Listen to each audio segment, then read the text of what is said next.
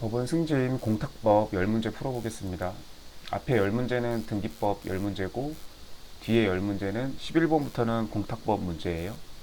앞에 등기법 10문제는 이미 풀었습니다. 11번 수용보상금 공탁금 출급 처치에 관한 다음 설명 중 가장 옳지 않은 거.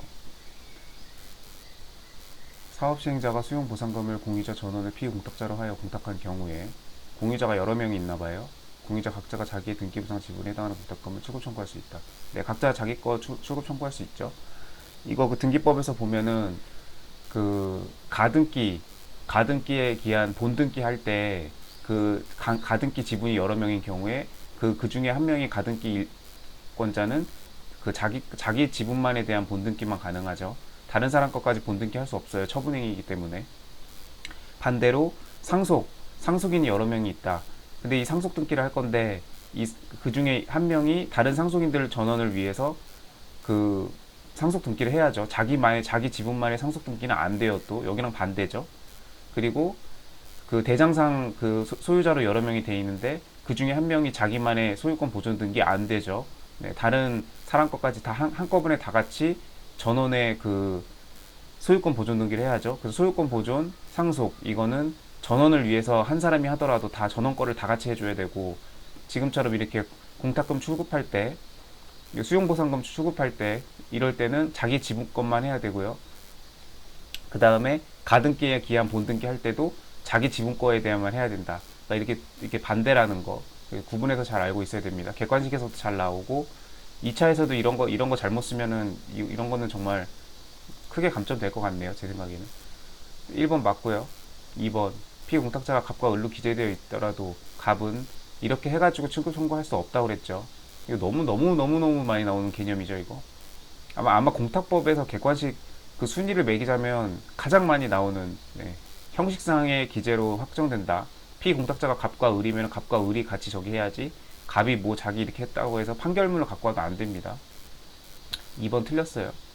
수용 개시일 전에 갑의 을에 변경되었음에도 수용보상의 승계 전 소유자인 갑에게 공탁되어 있는 경우 사업시행자가 을로 바꿔줘야죠. 근데 이제 아마 사업시행자가 몰랐겠죠. 예. 그래서 그 이제 사업시행자가 이제 갑으로 이렇게 그때 당시에는 소유자가 갑이었으니까. 근데 이제 수용 개시일 전에 이때 그 수용의 효력이 발생하는데 개시일 날 갑에서 을로 그 사이에 소유권이 변경이 됐던 모양이에요. 사업시행자는 몰랐던 모양이죠. 아무튼 그렇게 되면은 지금 수용 개시일 전에 을로 바뀌었기 때문에 수용 개시일 당시에는 을이 소유자죠. 그러면 을이 소유권을 취득하고 을한테 보상금도 기속되죠. 그렇기 때문에 을이 이런 거 정정 없이도 출급 청구할 수 있습니다. 이건 사업시행자에 그거 필요로 하지 않아요. 민법 187조죠. 수용, 상속, 공용 개시 이거의 경우에는 그 등기를 요하지 않는다. 그 즉시 법률 규정에 의해서 소유권을 취득하는 사안이죠. 그래서 그렇게 이해하면 됩니다. 직접 출급 청구할 수 있다. 을이 수용 개시일 전에 바뀌었기 때문에 수용 개시일 당시에는 을이 주인이다. 맞는 거. 4번 사업시행자가 토지 수용 보상금을 공탁하고 수용 개시일 이후에 조치법에 의하 이전 등기를 마친 경우라도 공탁된 수용 보상금을 직접 출급 청구할 수 없다. 이게 맞는 건데 근데 이게 지금 이게 2018년도 법무사 기출이거든요. 찾아보니까.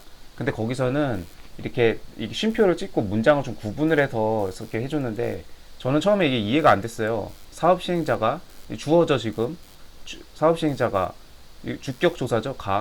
이는 은는 주격조사죠. 사업시행자가 이렇게 해서 공탁을 하고 수용 개시일 이후에 이렇게 특별조치법에 의해서 이전 등기를 마쳤대요. 이거 사업시행자가 마쳤다는 뜻이잖아요. 지금 이대로라면. 그러니까 이게 지금 이 문제를 출제하신 분이 그냥 이제 자기 머릿속으로는 다 알고 있으니까 그냥 그걸 자기 머릿속에서는 개념들이 다 잡혀 있으니까 그냥 문제를 이렇게 낸 건데 엄밀하게 국어적으로는 이거는 그럼 사업시행자가 지금 이 특별조치법에 의해서 이렇게 등기를 마쳤다는 얘기잖아요. 그게 아니고 이 법무사 기출 18년도 기출도 보면은 쉼표를 찍고 사업시행자가 토지 수용 보상금을 공탁한 이후에 그 다음에 이제 수용 개시일 이후에 이렇게 특별조치법에 의해서 이전 등기를 마친 자가 직접 출급 청구할 수 있다라고 이제 그때는 틀린 지문으로 나왔었는데 이렇게 쉼표를 하고 특별조치법에 의해 이전 등기를 마친 자가 이렇게 해가지고 새로 주어를 넣고 새로 주어를 넣은 그 사람이 특별조치법에 의해서 등기를 마친 사람이 직접 출급 청구를 할 수 있는지 없는지를 물어본 거예요. 근데 이거를 지금 출제자는 자기는 머릿속에 다 알고 있는 개념이니까 이걸 그냥 이렇게 붙여서 가지고 이게 국어적으로는 지금 주어가 두 번이 나와야 되는데 한 번밖에 안 나왔죠. 그러면 이 사업 시행자가 공탁도 하고 이 이후에 특별조치법에 의해서 이전 등기까지 마쳤다라는 뜻이 되거든요. 국어적으로는 엄밀하게 따지면. 근데 이제 이 공탁법 내용을 아는 사람들은 이제 출제자와 마찬가지로 알아서, 그러니까 개떡같이 써도 찰떡같이 알아들으라, 이렇게 지금 그런 경우입니다. 그러니까 이거를 그럼 4번을 정확하게 얘기를 하면 사업 시행자가 토지 수용 보상금을 공탁을 했어요. 그럼 그 대상자 피공탁자 A가 A라고 합시다. 그치, 여기 지금 생략이 돼 있는 거예요. 피공탁자 A를 해가지고 공탁을 했는데, 그리고 나서 수용 개시일 이후에 이 특별조치법에 의해서 어떤 B가, 여기 또 생략되어 있는 B가 이전 등기를 마친 경우에요. 지금 여기 주어로 써줬어야 될 B가 마쳤을 때, 그러면 지금 수용 개시 이후에 특별조치법에 의해서 소유권을 취득한 건 맞는데 수용 개시 당시에는 A였잖아요. 그러면 이거를 지금 피공탁자는 A로 되어 있는데 그러면 이거 어떻게 할 거냐 이랬을 때 그러면 특별조치법에 의해서 마친 B가 이 직접 출급 청구를 할 수 있냐? 없다 이거예요. 그래서 4번은 일단 결론적으로는 맞는 지문인데 여기에 A와 B가 생략되어 있고 지금 주어가 이렇게 하나만 나와 있어가지고 지금 이 사업시행자가 특별조치법에 의해서 등기를 마친 게 아니에요. 사업시행자는 그냥 공탁만 한 거고, 그러니까 그 가상에 A가 있을 거고 처음에 공탁 당시에, 그 다음에 피공탁자 A가 있을 거고, 그 이후에 이렇게 특별조치법에 의해서 이전 등기를 마친 새로운 B가 생긴 거예요. 그랬을 때 그 B가 이 수용 보상금을 직접 출급 청구를 할 수 있겠냐? 왜냐면 B는 특별조치법에 의해서 지금 등기를 마쳤다며요. 그랬을 때 직접 출급 청구를 할 수는 없다. 그럼 어떻게 해야 되냐? B가 이 피공탁자로 기재되어 있는 A한테 양도를 받든지, 아니면 A가 양도를 안 하고 버팅기면 양도하라는 의사표시를 하고 그거를 공탁관이 제3채무자 국가에게 통지하라. 이거 어디서 많이 본 판례죠? 예, 그런 식으로 해서 받아가야지 이 B가, 여기 생략되어 있는 B가 직접 출급 청구를 할 수는 없다는 겁니다. 결론적으로는 맞는 질문인데 이게 조금 국어적으로는 좀 그렇다. 개떡같이 말해도 찰떡같이 알아듣고 풀어라 이겁니다. 2018년도 법무사 1차 기출이에요. 기출지문이에요. 거기서는 있다라고 해가지고 틀린 지문으로 나왔었어요. 여기서는 없다라고 해가지고 맞는 지문으로 나왔네요. 12번. 금전채권에 대하여 민사집행법에 따른 가압류와 체납처분에 의한 압류가 경합하는 경우에 옳지 않은 거. 이게 제가 1차 시험을 볼 때 당시에는 이게 민사집행법에 의한 압류하고 체납처분에 의한 압류가 경합하면 어느 것이나 변제하면 되죠. 우열이 없으니까. 근데 가압류하고 체납처분에 의한 압류가 경합하면 가압류 개무시하고 반드시 체납처분권자에게 변제를 돈을 지급해야 됐었어요. 제가 공부할 때는 그게 맞았는데, 근데 저는 그렇게 알고 있었죠. 그래가지고 문제를 풀려고 보니까 가압류? 이거 당연히 체납처분 압류한테 해야지. 이거 공탁 못하지. 공탁하면 안 되거든요. 가압류를 됐을 때는. 공탁하면 안 되고 그냥 체납처분권자한테 근데 지급을 해야 됐었어요. 그래서 문제를 풀려고 딱 봤더니 가압류하고 이렇게 경합이 되면 선후 불문하고 이걸로 공탁을 할 수 있다. 틀렸지. 공탁 안 된다니까. 체납처분 압류권자한테 무조건 지급해야 된다니까.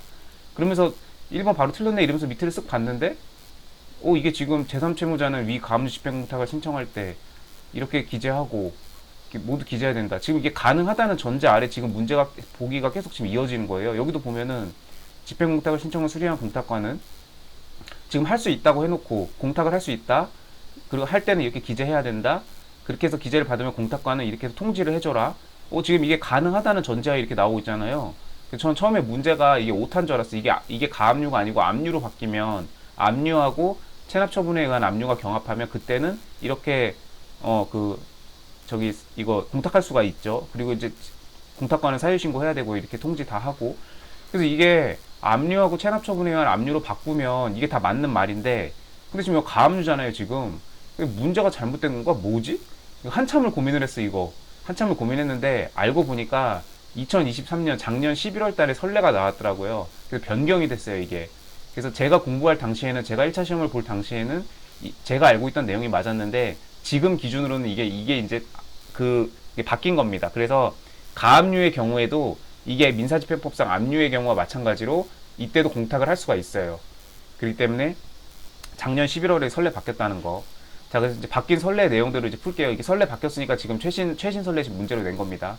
자, 그럼 이제 가압류와 체납처분에 의한 압류의 경우에도 압류와 그냥 민사집행법에 따른 그냥 압류와 마찬가지로 이거 공탁을 할 수 있다는 거.